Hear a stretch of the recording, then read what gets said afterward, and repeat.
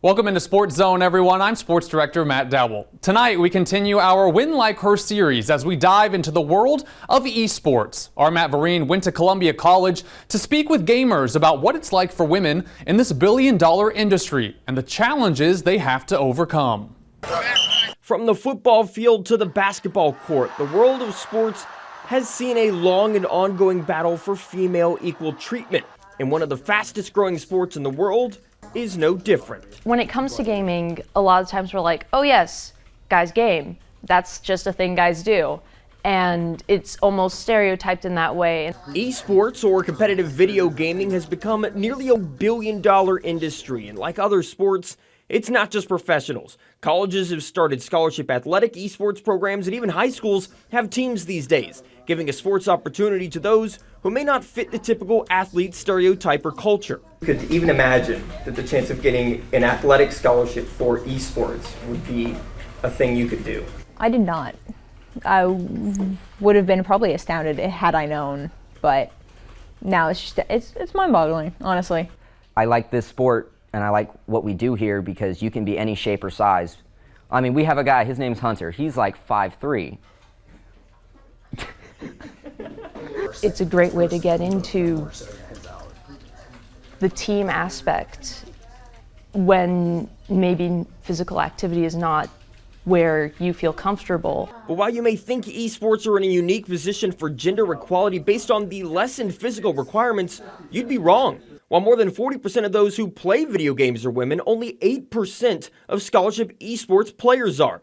That's $16 million in annual scholarships, going to more than 90% men. These days, they really go at you like, just because I'm a girl, that doesn't mean I can't play video games. I'll be honest, I think it's because a lot of us get hate as it is for playing video games. We're considered bad, but a lot of females are actually relatively good at the video games. It's just hard to find the good ones. So the question is, why? Having the anonymity of the screen, the mic, and not being face-to-face with someone, it definitely opens up the field to being more hurtful. They don't realize what they're saying, and it can be very hurtful, and they just go for anything that they can. It's the low-hanging fruit. Ooh, it hurts. It really hurts.